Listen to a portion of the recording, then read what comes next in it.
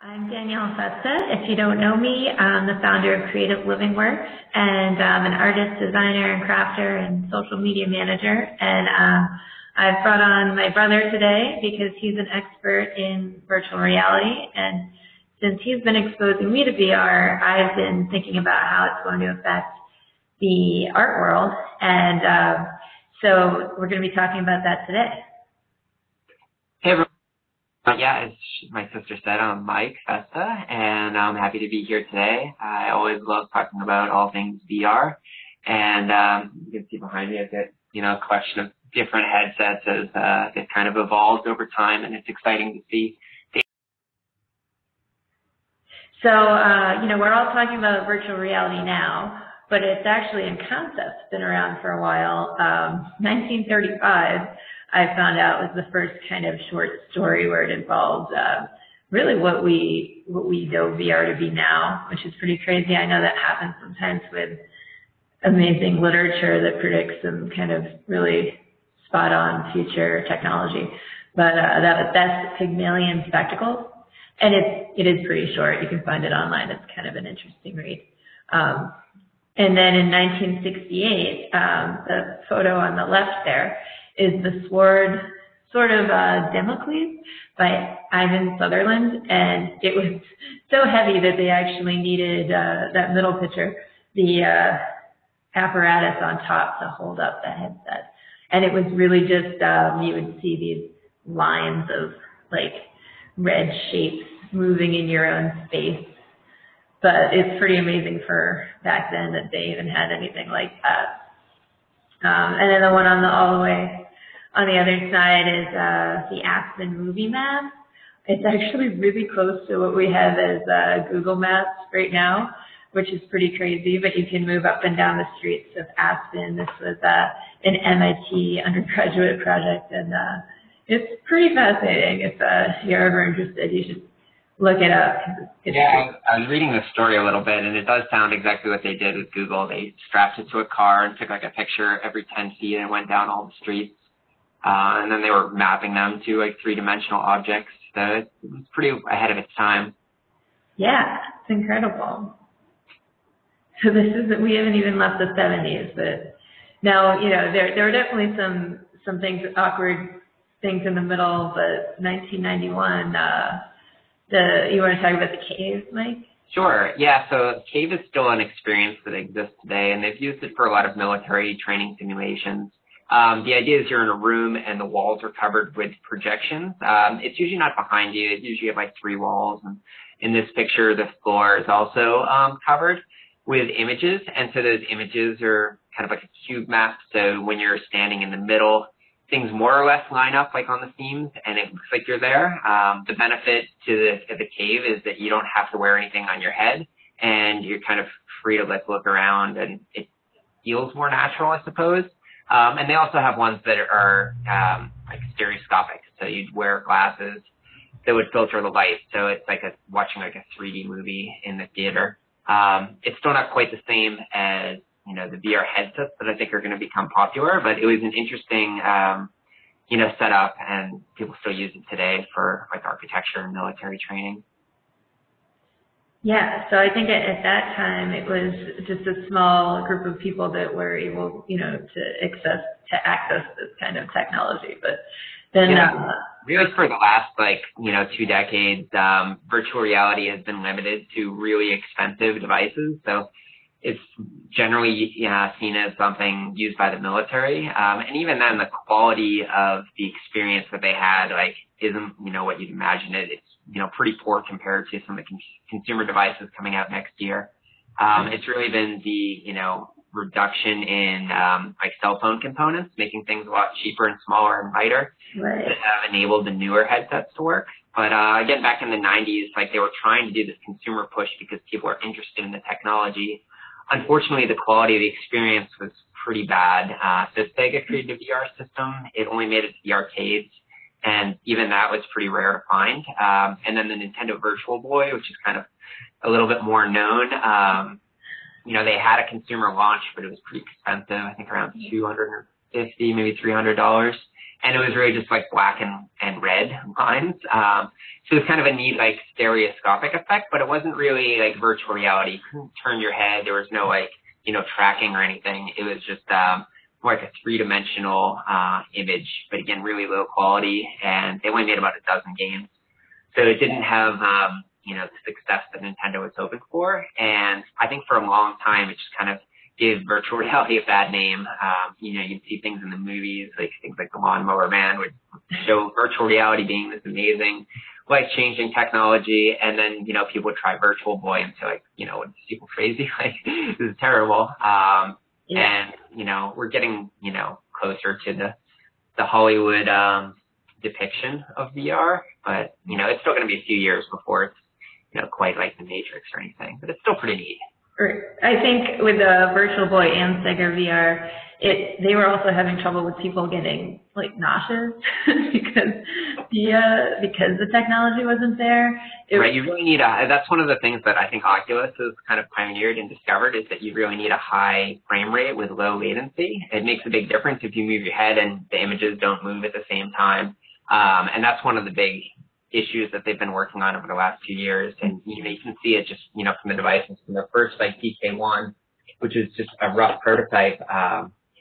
It's pretty rough, you have to get used to it, and, moving around would, not be super fast to update. And now with the newest ones, with like the Gear VR, which just became a commercial product last week, it's actually pretty smooth, and it runs on a cell phone, which is pretty impressive, I think. Yeah. And then still in the origins, and then in 1995, it was pretty incredible. We're talking about the merge of VR and art today and what it's going to be like in the coming years, but it actually started even in 1995. Maurice Benayon, I'm probably butchering that, he's French, he had an art exhibit called the Tunnel Atlantic, and it connected Montreal and Paris.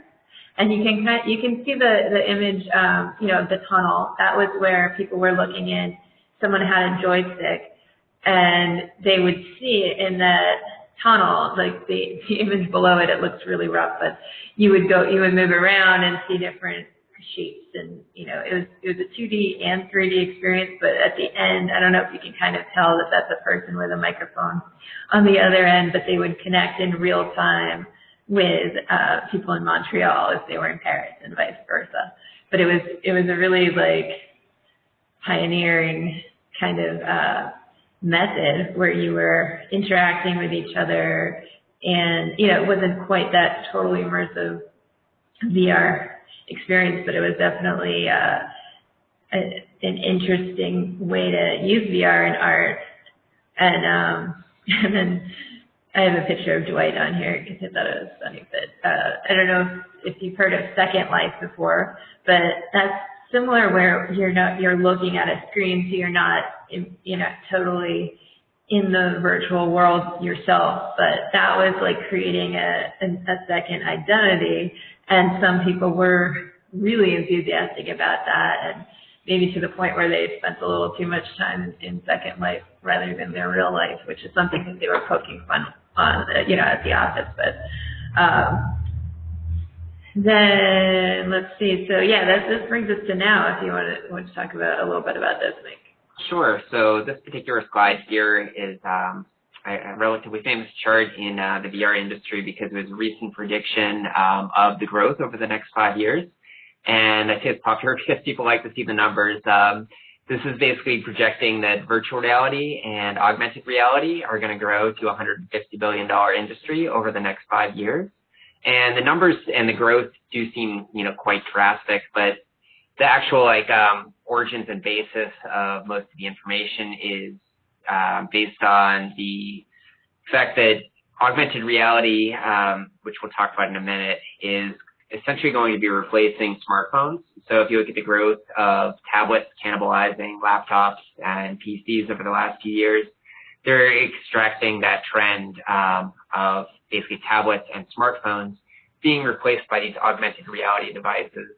And they're not necessarily, different. So, for example, like the Google Tango is a tablet that I've been working with as a developer kit, but it has these augmented reality capabilities built in. And what augmented reality means is that the device knows where it is in three-dimensional space. Mm-hmm. So you can use that to project images on top of the camera, for example. Or if you're wearing it like on a headset or, glasses, like the original concept for Google Glass was that you could have these, images and holograms in your field of view that would have maybe, GPS coordinates and, your guidance routes or some information about places you're walking by.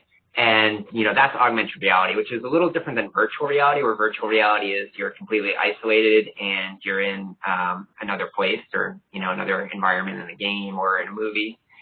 Whereas augmented reality is it's a part of, your natural surroundings in your life, and the devices know about where you are so they can interact with that space. For example, you could have like a tabletop and, put some, blocks on that tabletop, and another person next to you wearing a similar device can also see those, fake digital pieces of content on the table and interact with them. It's something that Microsoft is producing as well with their HoloLens project. Mm-hmm. That's something that's going to be available to developers next year, and I'm looking forward to getting my hands on one of those as well. So the two technologies are similar. They're both changing your perception of reality. It's just that augmented reality is projected to be a bit bigger because it's going to essentially replace our, smartphone interaction that we have today with something that's more seamless and, ideally what everyone wants to get to. Like the gold standard would be really slim glasses, which is why originally Google Glass looked exciting, but unfortunately the capabilities of the device were not, up to the expectations that Google set with a lot of their initial marketing. Mm-hmm. Shall I continue this now, or did you want to take this slide? Yeah, no, you can talk about this. Okay, awesome. So some of these devices, I think I have a Google Cardboard up here. Google Cardboard is kind of the cheapest experience that you can start with, but it's actually pretty neat. So the idea is that you've got this piece of cardboard that folds up, and you can actually put a phone or device inside there. And there's some lenses that are built into the cardboard. You can see those lenses there that magnify the screen. And so that's really the trick to what all the virtual reality headsets are doing right now, is they're taking the screen and they're magnifying it.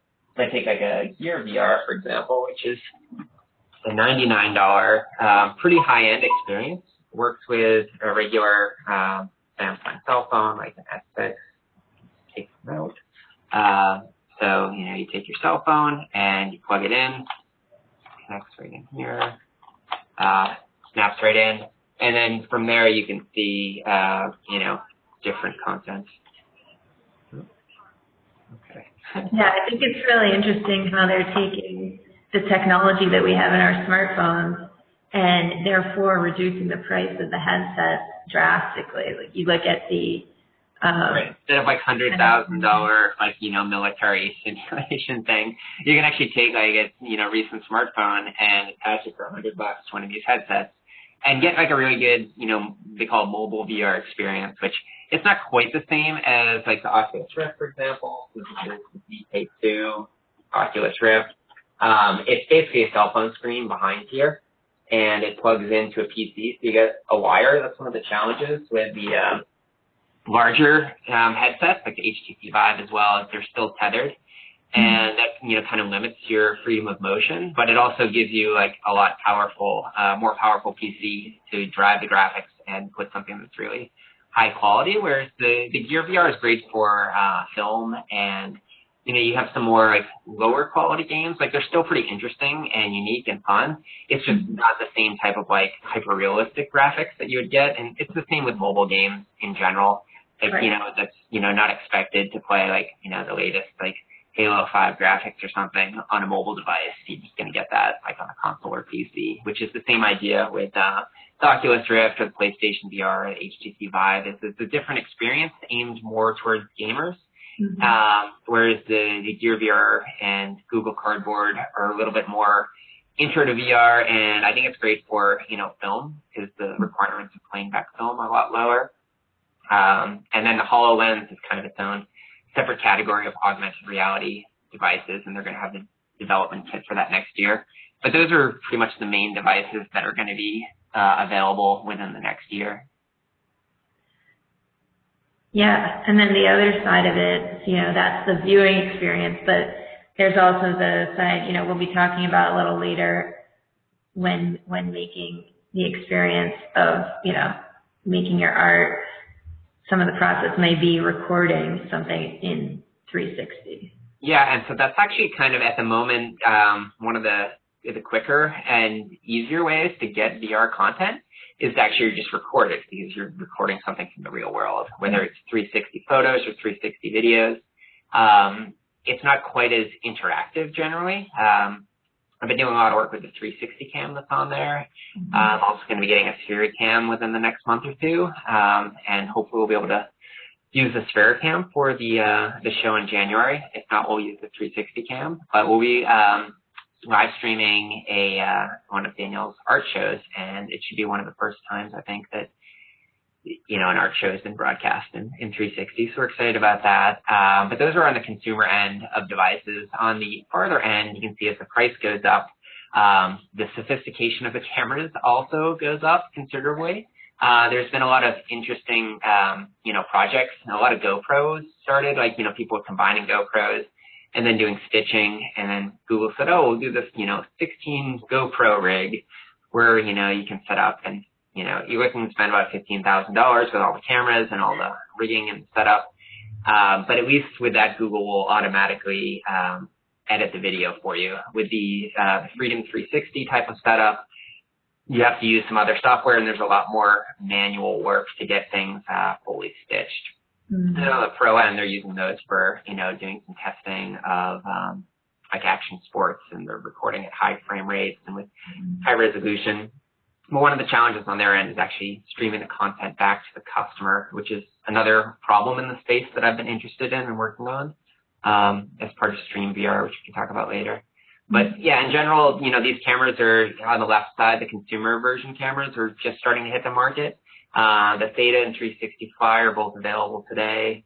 360 Cam was a Kickstarter, and they're shipping out about 12,000 over the next few weeks. And then Sphere Cam was another Kickstarter that was completed a lot later, and I don't think they plan on shipping most of those until the beginning of next year. But it's it's like a mid-range. It does 4K, and so it works pretty well for consumer, but it's also a little expensive for, the average consumer. I think if people are trying to, shoot this type of video and see what it is, they're more likely to be using like a Theta or 360 Fly, maybe a 360 Cam.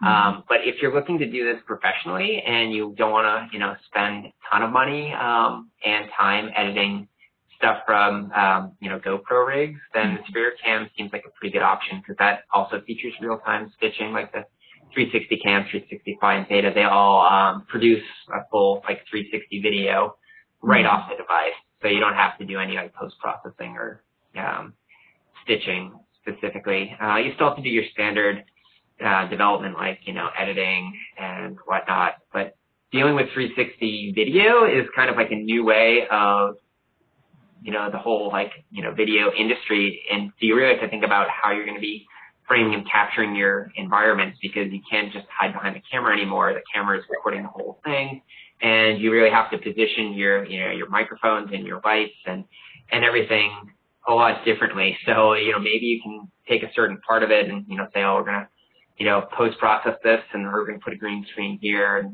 and edit things out. But it's a different challenge when you know that, there's really, like I said, no place to hide your equipment. And you also have to try to guide the viewer to look in one particular space. Because even though they have the freedom to look around in 360 degrees, they're really only going to see maybe 90 to 100, field of view. So like a quarter of your set is where you want to get people's attention and kind of get them interested, with the ability for them to kind of wander and get distracted and look around. So you're offering them that freedom by moving to this new medium, which I think is pretty cool, especially for the user to feel like they're part of something. If it's like a tour, or, you're showing off real estate, which is one of the big industries for this stuff, you have that freedom to just, wander and look around and check out things. If you're in a museum, for example, or if you're, doing tourism. It's nice because you don't have to worry about, what are you capturing here? If you're, on a tour, for example, you get to capture everything. at the same time, it's just new considerations for how you make that film. Absolutely. And so another element of VR and where it's intersecting with art, it's actually like immersive art making. So there are tools. I mean, they're still rudimentary or just beginning, but it's giving you a sense of where this can go. Tilt brush, for example, you paint with light, and it's kind of like Microsoft Paint, but in this dark environment, and you have all your tools on the left and the right, and you are using these controllers. And up at the top, there's a Disney artist doing a demonstration of drawing the Little Mermaid, and it's really interesting to see how perceptually you're designing differently, drawing in a 3D space. It's pretty incredible in a way that you're using different parts of your mind, and then it also lends itself to sculpting. There's one called VR clay. So you're already in this 3D space, and you can with these hydro controllers be pulling out and sculpting in a way that you would be in the real world, but you're not using real materials, so you can feel more free in what you're making, and then you can actually 3D print them out, which is like what it shows there with the teddy bear, and that's a whole nother kind of technology and art meeting together with the 3D printing. But it really does open up to a whole world of possibility as far as pre-planning, whether or not it's a final product or not, bringing other people into a space so you could create these sculptures. And another one, medium, which I think is really cool. That's been my favorite one so far. So I've tried Tilt Brush and Medium Connect conference, and I was really impressed by the experience, even though it's not completely finished. But it's neat. So you're in, a virtual studio, and, you have your two wand hand controllers, and you can kind of point and pick what different, brush types or colors you want. And then you hold the thing you're sculpting in one hand, and then the other hand's the brush, and so you can kind of sculpt and add and subtract and change the color and just grab the object and rotate it and stick it in place and then work on it. And it was really, a neat experience. I just kind of put it like, you were saying, like MS Paint. I feel like every new platform needs their own, paint application. For us, Medium. And, I think they're doing a pretty good job with it. And that's really, the interesting thing is it's the first experience. So this is, something that's going to ship with the device, and people are going to get to play with it and, create some things. But once, you start getting professional tools like Photoshop and 3D Studio Max, like using this type of input device and display device to interact with 3D models and character design, I think it's going to make things a lot more natural than trying to do it with like a mouse and keyboard or maybe like a 3D mouse with your actual hands and the hand, controllers, and being able to walk around and, see it real-time rendered. It just makes it feel a lot more real, a lot more like working with like, real clay.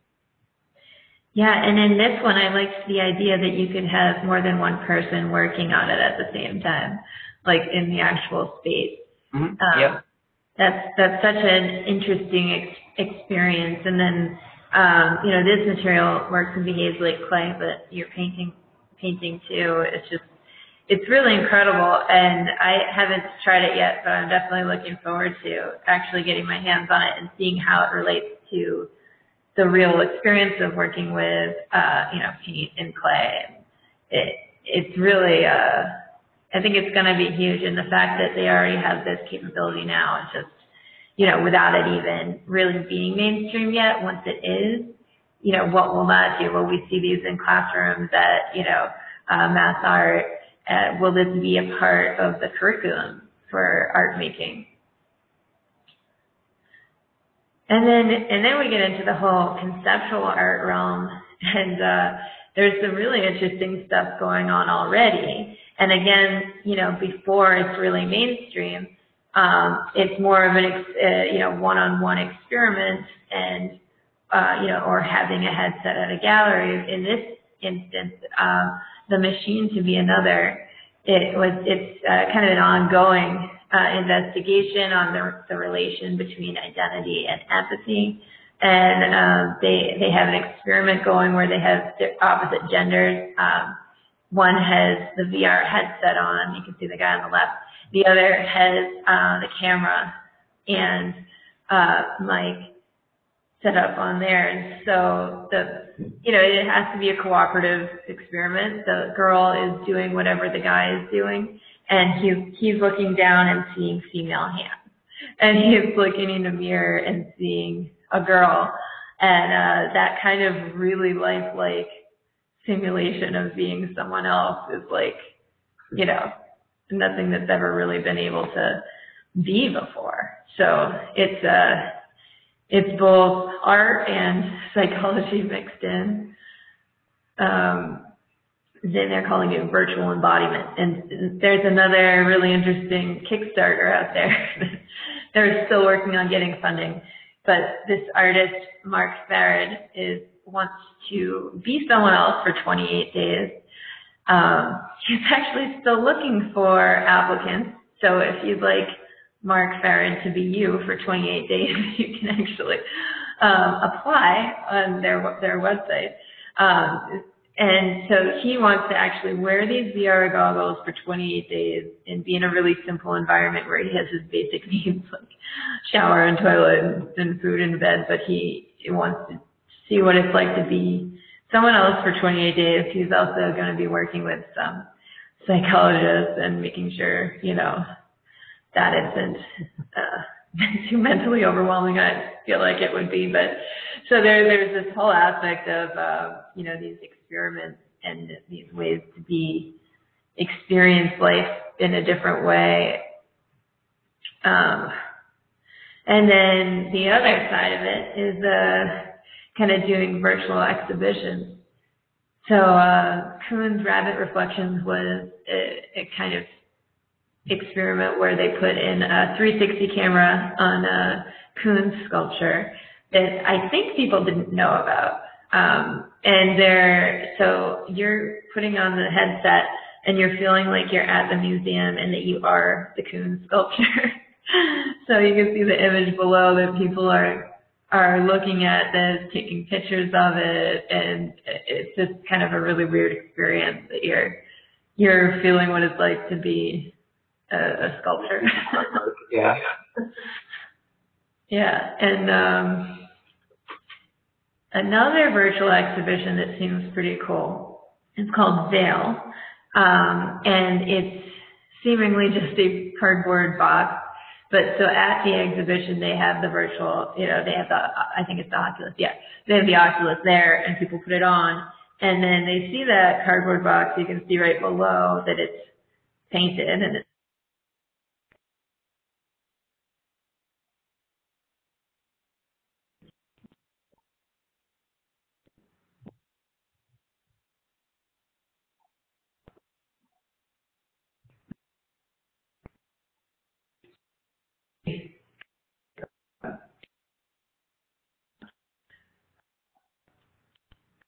that's just another example of the way we're going to start to see more of these kind of experimental exhibitions.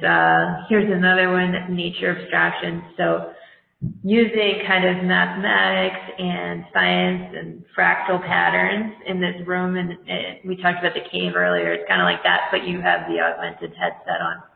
You have the Oculus on, and it's a combination of sounds and these different worlds that you're going between. It just, as an artist, you're always wanting to transport the viewer, and you want to let them experience what you're feeling. Well, this is in a whole nother way, like having an experience with your viewer. And then Sentience Flux is a similar one.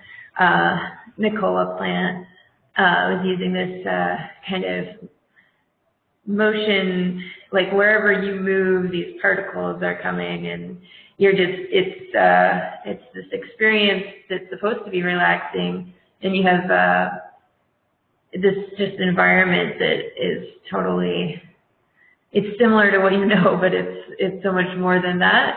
I haven't experienced any of these, but I'm really excited to. I feel like it's really going to make you feel like out of body. And then Mike was mentioning before, in January, I'm hosting an exhibition here in Boston, and it's called Interdisciplinary, and it's supposed to cross a lot of different mediums. So the artwork is going to be conceptually crossing different industries. And what's really unique, and thankfully that Mike has access to all this early technology, we're going to be able to broadcast the exhibition in 360. So people from anywhere in the world, because it is open to international applicants, they can, even if they can't get to Boston, they can put on, maybe a Google Cardboard because it's pretty affordable, and they can feel like they're there.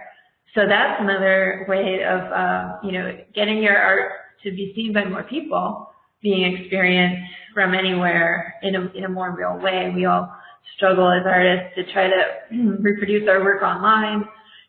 Photos don't necessarily do it. My work actually works with, some 3D effects with fabrics.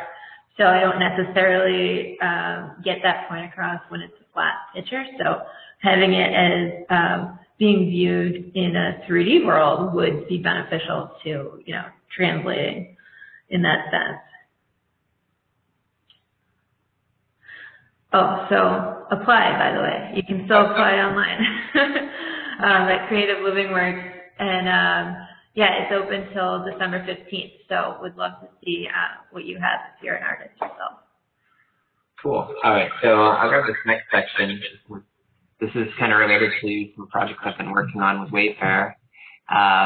So this is an augmented reality demo that I made on the Google Tango, which I mentioned earlier. It's like a tablet that has this augmented reality capability because it has a depth sensing camera on the back. The camera itself works a little like a Microsoft Kinect, or projects out a bunch of dots around the room, and the cameras on the device can, measure those dots and build out the space.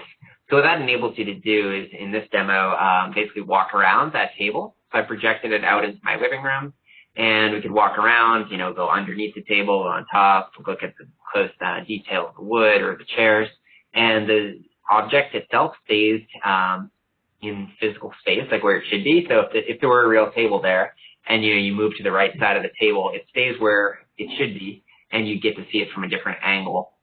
So this is the type of experience that really benefits home shopping for furniture. So where I work at Wayfair, we just started a new department called Wayfair Next, and we're essentially experimenting with a lot of these different technologies. So for augmented reality, we imagine a time in the not so distant future when the consumer has this capability built into their smartphone, their tablet, or maybe even glasses that they're wearing, and they're shopping our website, wayfair.com, looking for, the perfect product for their home. And by being able to project a three-dimensional representation of it into their actual space, not only do they get to see how it would look and feel with the rest of their furniture, but they'll also have confidence that it's actually going to fit where they think it will, because we're going to be dimensionally accurate. And as you move around, you position the object where you actually want it in real space, it's going to take up that correct volume. So you'll know before you order it that, yes, it's going to fit, and yes, it looks good, it's the style you want. And we're, thinking that our customers are going to be a lot more likely to purchase a product online. Whereas right now, there's still that, this is kind of the last holdout for goods is home spaces and furniture.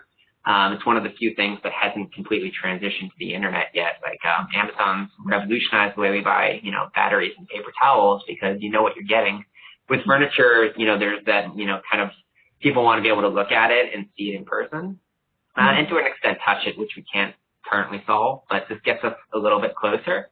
And, 10 years down the line, maybe there will be some really good haptic technology that allows you to kind of feel things as well. But essentially what we're doing with augmented reality is taking a digital object and projecting it into the real world. And I think that's going to be something we're going to see more and more over the next few years. And it should drive the use case of augmented reality devices, because it's going to be an interesting way to interact with things that, you don't have yet, you want to buy, or you want to try out, or you want to try some artwork, for example. You can see in the background, there's one of Danielle's paintings on our wall, and if I didn't know that I wanted this painting, I could project a digital copy of it to the wall beforehand.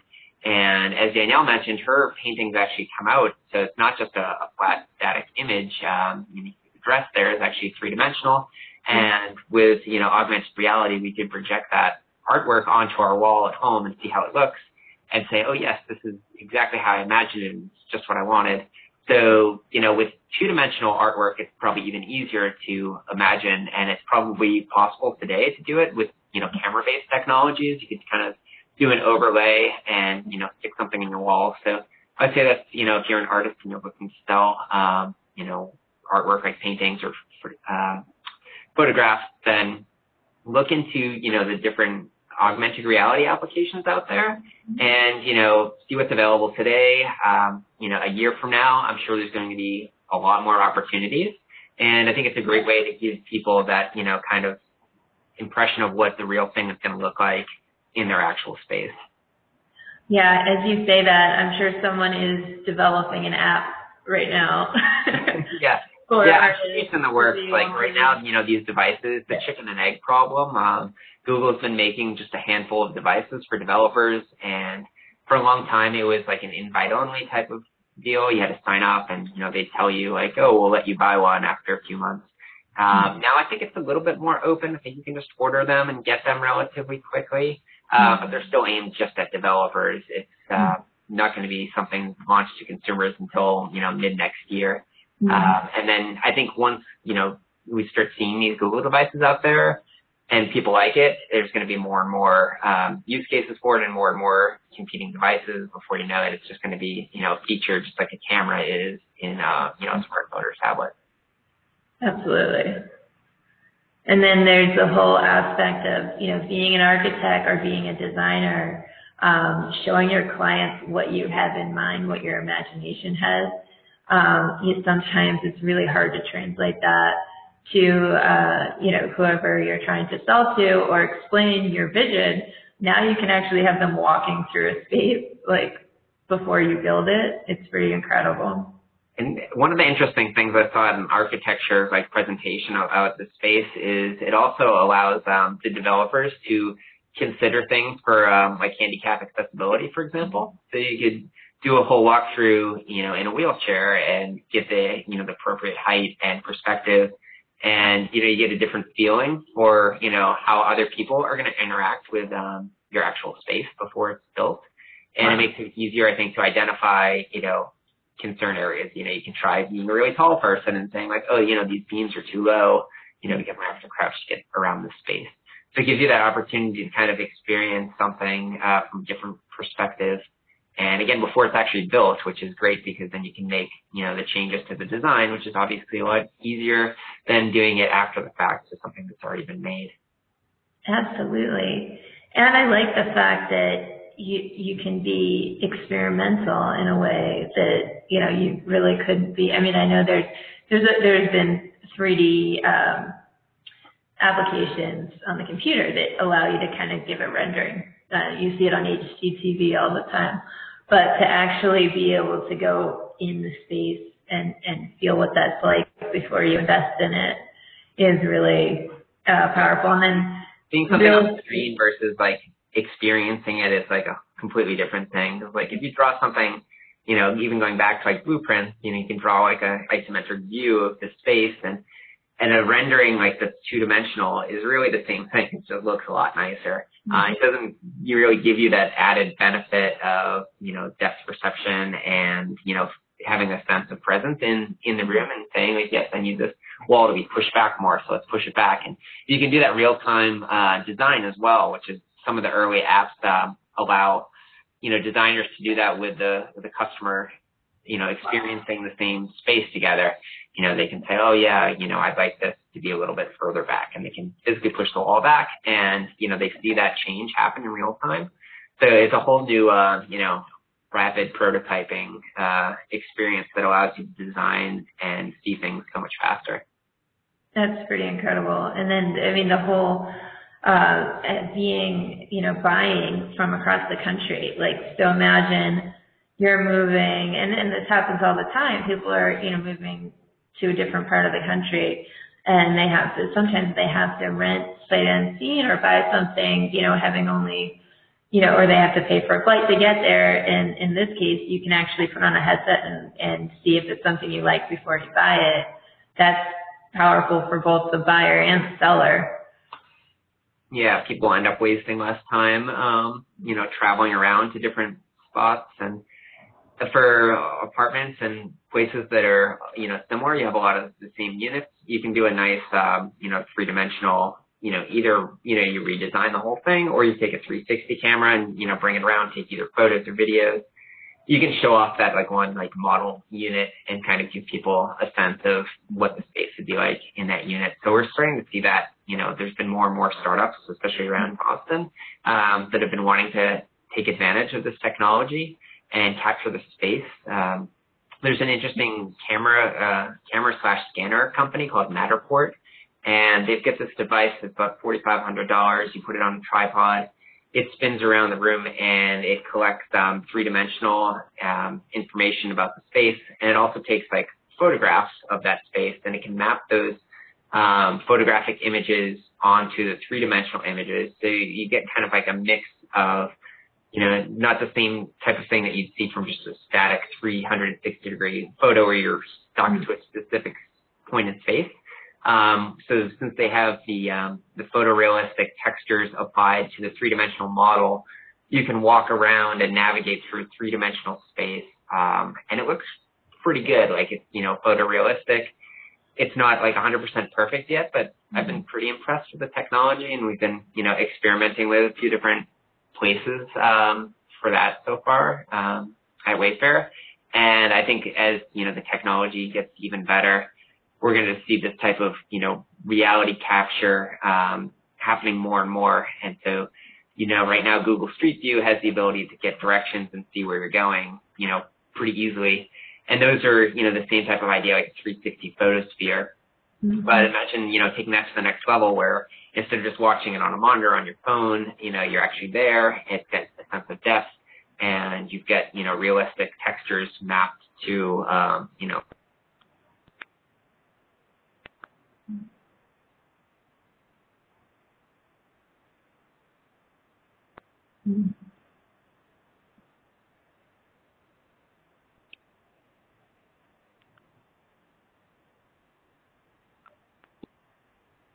places. So if you're an owner, if you're, a restaurant owner, for example, and, you want people to get you can, start putting that information up into, Google Street View, essentially, and people can go inside your venue before even getting there to, get a sense of what it's like. That's true. That's pretty incredible. And then the 360 camera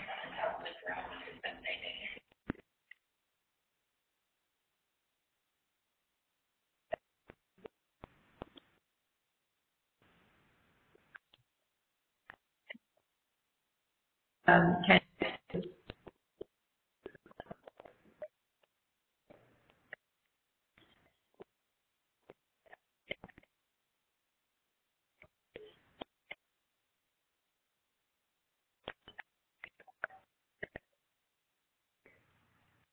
living in your house anymore. I mean, I can't imagine our parents ever still in that house, but if you could go back and feel like you're in your childhood house, or it's a whole nother life. Yeah.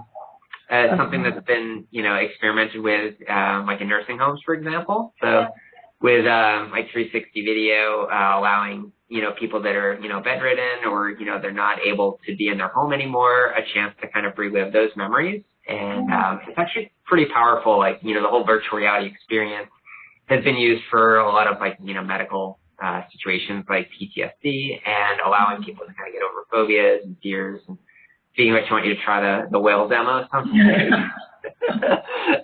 But it's interesting because, it's like a safe way to, experience things or relive, previous events. So we're capturing, moments. put my son riding his bike for the first time on 360 video. Like I just attached it to the front of his bike, and that's going to be something that, you know, we'll always have and, you know, treasure in the future, be able to like say like, oh, you know, here we are, you know, there on, you know, the bike with Tommy when he's riding it for the first time. And I think we're going to see a lot more, you know, I guess like interesting like life moments being captured in 360 where you get that extra sense of presence that you just don't currently with like two-dimensional, you know, fixed frame photography and video. Absolutely. I think my wedding was one of the first. Yeah, that's another good example. VR. That was pretty awesome. I could put on my headset and feel like I'm at my own wedding that just happened in August. That's definitely going to be great in, you know, 10 years or however many years. And then the idea that you can be at a place, you've got a concert where you can have the best seat in the house. You can be sitting right next to Paul McCartney.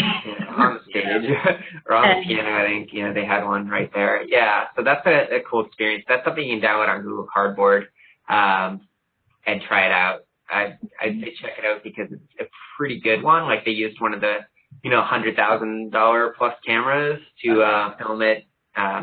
It's stereoscopic, which personally I don't love the stereoscopic 360 videos because I feel like they're a little bit weird. The challenge with recording that way is, you know, stereoscopy is, you know, two different eyes. So for a camera to have two different eyes, and as you turn your head to keep those cameras moving, you can't really do it. So they basically have a whole bunch of cameras, and they try to film like two different perspectives. But as you like turn your head a little bit, it's a little bit weird. And if you turn your head sideways, it doesn't work at all. So there's some new like light field photography techniques that, you know, will maybe allow, you know, us to get past that like stereoscopic challenge. But that being said, I think like the monoscopic experience, which is just like, imagine like a giant dome of video being projected out. I think that's kind of the better 360 video experience at the moment. This particular concert's in stereoscopic, so, you know, I'd say try it out and see how you like it. But just a word of warning, I find that the effect looks a little bit weird. But in general, like 3D TVs, like have the same like drawbacks and limitations, whereas a 3D effect is a little bit weird because you're kind of stuck focusing on where the camera was focusing initially. So, you know, try it out, but it's pretty, you know, a neat concept, I think, to be at a live event and be able to just change your, you know, position dynamically and see, you know, on sports, for example, see the action as it like moves down the field. Absolutely. And as a musician, it gives you another way to experience heavier viewers through your fans and your music if they can't physically be there. And in Taylor Swift's case, she obviously has a big budget, and she was able to do the first music video in 360. And as you might expect, this is the most popular, most viewed 360 VR project to date. But what that means is that it is starting to become mainstream enough that fans of Taylor Swift can experience this and get kind of brought into VR when they may not have said, oh, you know, that's only for, you know. Yeah, I mean, it's kind of starting to cross over from this, like, you know, rather, you know, niche and geeky, like, space of, you know, gaming, and it's moving over to become more mainstream with, I don't know if you've seen the commercial for the Gear VR, but it looks like rather Apple-y, you know, it's like, oh, it's not really showing that it's a virtual reality device, it's more like, oh, there's another way to watch, you know, videos, and then, you know, just kind of blow it up and you're there. It's interesting because it doesn't really, like, tell you too much about what it is. It just kind of looks interesting. And it's the type of experience that I don't think you can really show people easily through, like, an advertisement like that. They really need to try it out. Right. So they sold out, you know, within the first couple of days. And I think there's, like, a wait list now to get them. So it seems like they're, you know, doing something right, and I think the Samsung, you know, approach of this like mobile VR is a great like intro to VR for a lot of people, and the price point I think is low enough, and the quality of the experience is high enough that it's going to help start, you know, change the tide of making this from something that developers are really like focused on, and you know, most of the content so far has been games. I think you're going to start seeing a lot more video content, and more, maybe interactive content like the stuff we're doing for Wayfair. Absolutely. And the next topic, the removing the fourth wall, we touched upon this a little bit before, but how filmmaking is going to be changing because your perspective is now opened up. And like Mike was saying, you have to decide what you're focusing on. So whether you have the action all in one place, and that's where you would naturally be looking, that's kind of instead of framing it up as a director, you have to think about everything. And, the Oculus has a short film called 0 Point, you can see at the top there. You can take advantage of really spectacular sites, and you can use your environment in different ways. Jaunt is in the process of producing, I think, a bunch of virtual reality movies, but they obviously have a lot of budget here. I think they take a long time to produce. And then Spike Jonze actually released a Black Lives Matter protest video. So it can be used as a documentary tool in a way that people can feel like they're there in a whole different way. I think they're also starting to do that in Syria, so people can get a sense of how bad things really are by feeling like they're there without being in danger. It's really just a whole new thing. Yeah, there's actually a good video on VR that was from Bill Clinton for the Clinton Global Initiative, where he visits different places in Africa where, his fund is working on, providing clean water or solar power. And you get that extra sense of presence. And I think they did a good job of showing how to film in 360 because it's generally Bill having conversations with people and, they might be sitting on a couch or standing outside. And so they're talking and interacting naturally. And you kind of feel like you're there, like standing outside the circle of the conversation. And so you can look at the speakers if you want, but you can also like turn around and look behind you and, see the kids playing in the street or, whatever else is going on in the scene. And you get like an extra sense of presence. And it really, I think, adds that like sense of like compassion and, empathy for like a real event in a real place. And you kind of get to feel that like impact that you wouldn't normally from just like a regular, documentary or film. Absolutely. And the other part of it is it's totally going to change the horror movies Yeah. because I can't even imagine. But there's like a short horror movie that's only 4 minutes. I don't think I could get through it because so in this way you can be, as a filmmaker, you can involve the viewer as a character. In this case, you're the one who's being haunted. Oh, I can't imagine. But you get people jumping out at you, and that is really dealing with your senses in a different way. I love horror movies and I could watch a lot, but I feel like being immersed in it is going to be a whole nother thing. In the same way I can't do haunted houses, but for those who love horror and love being really scared, I think this is going to be pretty incredible. And then you can also have interactive movies, like DreamWorks has some animated films where, the one I pulled out is a still, the penguin's like looking at you if you look at him. So there's just a whole different way of filmmaking and of animating. Yeah, there's actually an Oculus Story Studio production as well called Henry. Henry, I think he's a hedgehog, or no, porcupine. But you basically like interact with him as part of the story. So if you're not paying attention to him, if you're not looking at him, the story kind of pauses and it waits for you to look around his home and check out things. And then you like look back at him and then he'll continue the story. And he looks at you too, which is interesting because he's moving around. And you can shift your perspective a little bit with Oculus too. So if he's looking at you and you move a little bit, he'll continue to look at you, which is, kind of neat. So you feel like you get that extra like interaction, and timeline again is not like fixed since it's part movie and part video game where you're kind of choosing what you want to interact with and when you're ready to proceed. Yeah, it's pretty amazing. And there are some challenges too, which is where Stream VR, if you want to talk about that, even trying Sure. Yeah, we get a couple minutes. So this is a project that I started a few years ago, and it's something that I've been interested in as far as delivering video through virtual reality. And so I made an app for the Oculus Mobile Jam back in April, and basically was able to deliver a shared experience where you can stream 360 video that's coming from this like gyroptic consumer device, and then watch the video with multiple people, and so kind of see where other people are looking and have chat at the same time. So it's a way to experience, some either pre-recorded or live content together. Yeah, that is one of the challenges when you put the headset on. If you're with other people, it is pretty isolating, and it feels like you're laughing to yourself and you're like in this world and nobody else is. Yeah, exactly. So this kind of gives you that extra, sense of a shared experience. And the nice thing about it is you're not limited to being in the same room with other people. You can be across the world and share an experience, content with friends and family.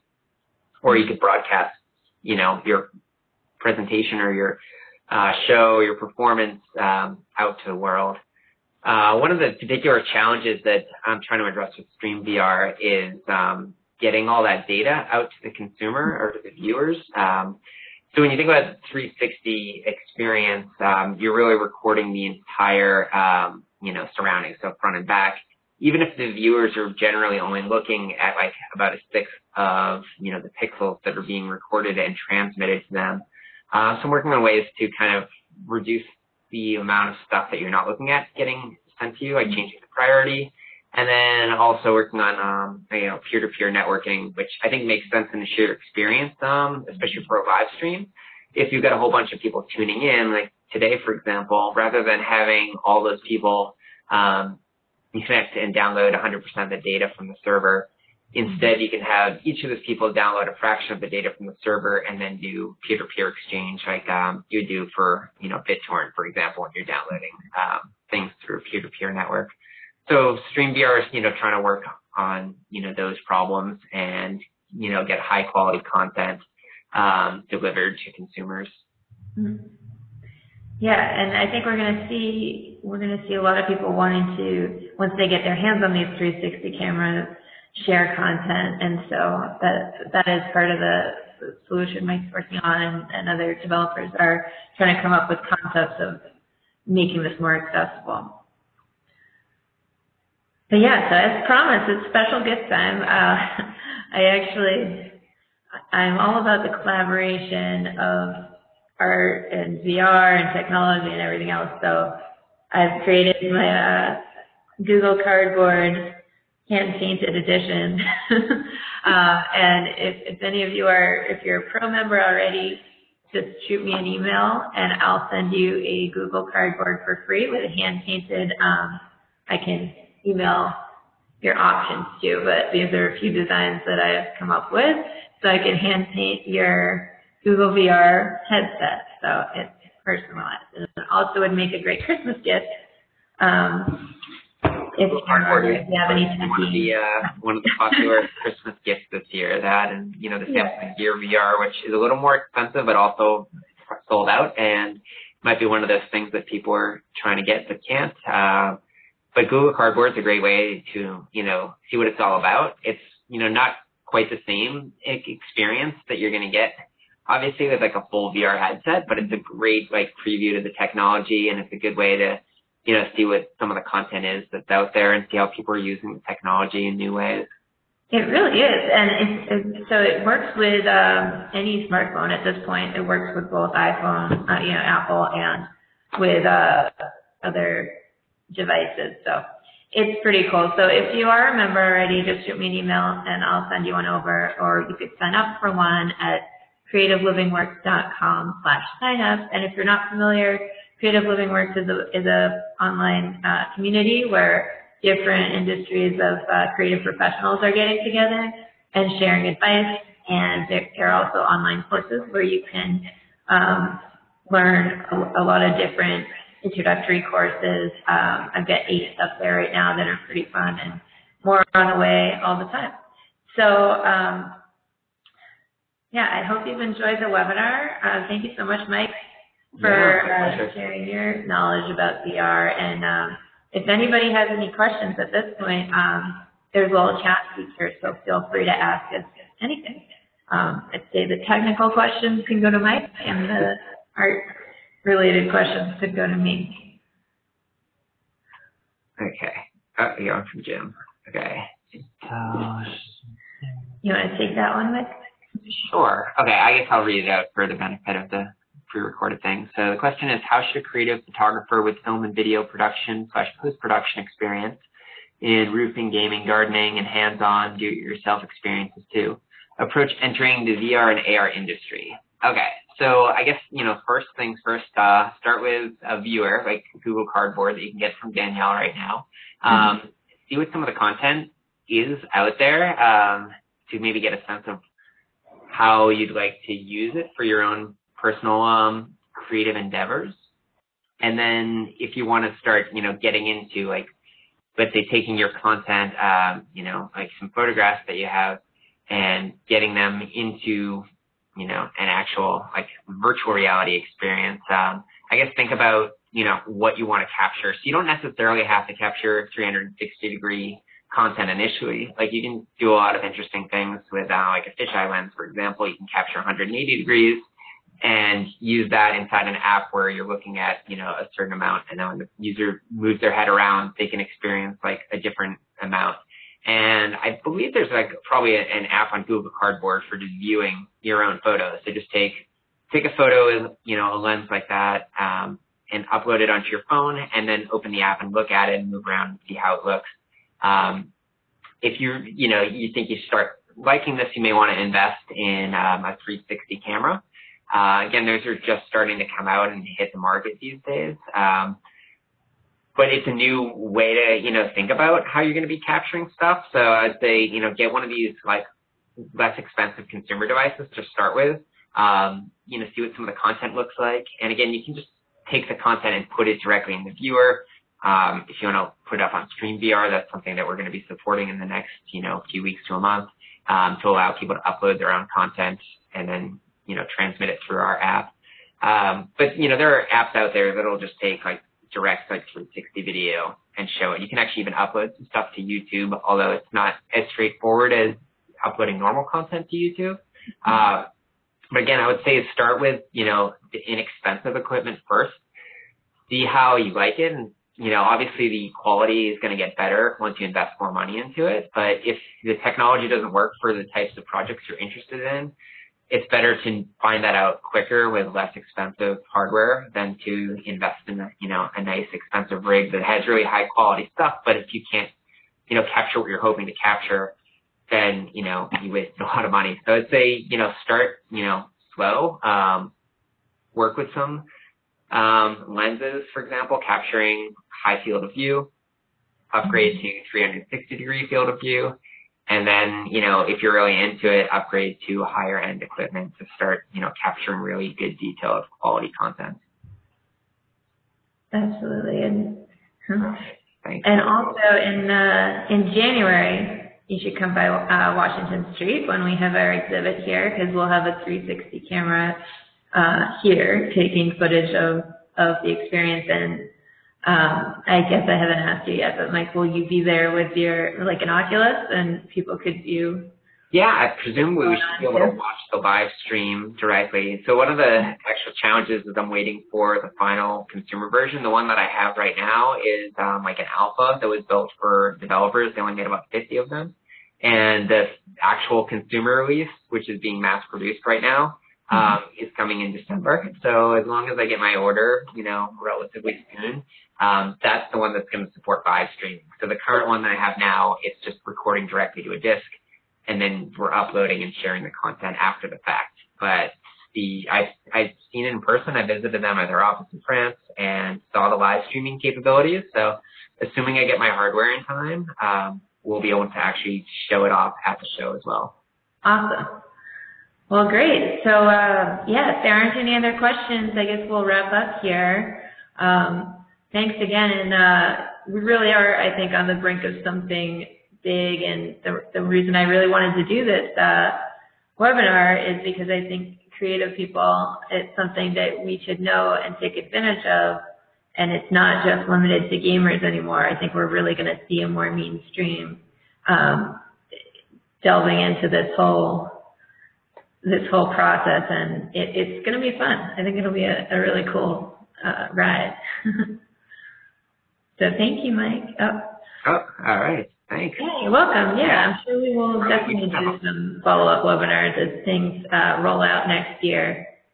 Yeah, absolutely. And, you know, one of the things that we didn't get to talk about, which I think is pretty awesome for virtual reality, is the room scale experience. So on one of the slides earlier, there was a picture of the HTC Vive, which has been a collaboration between Steam. It's going to be on the Steam platform, which is the game producer Valve has this game platform called Steam, and they've been working with HTC to make this product called the Vive. I've found that to be the best VR experience I've had so far, and the most interesting thing I found about it was that you're not limited to sitting in a chair. You can actually walk around an entire space. So we're going to be working with some of those devices at Wayfair to try to work on some interesting, mixed reality concepts. For example, having like a blank white couch that someone can touch and feel and sit on, but when they're wearing a headset, they're actually going to see whatever style fabric that they're, interested in or selected.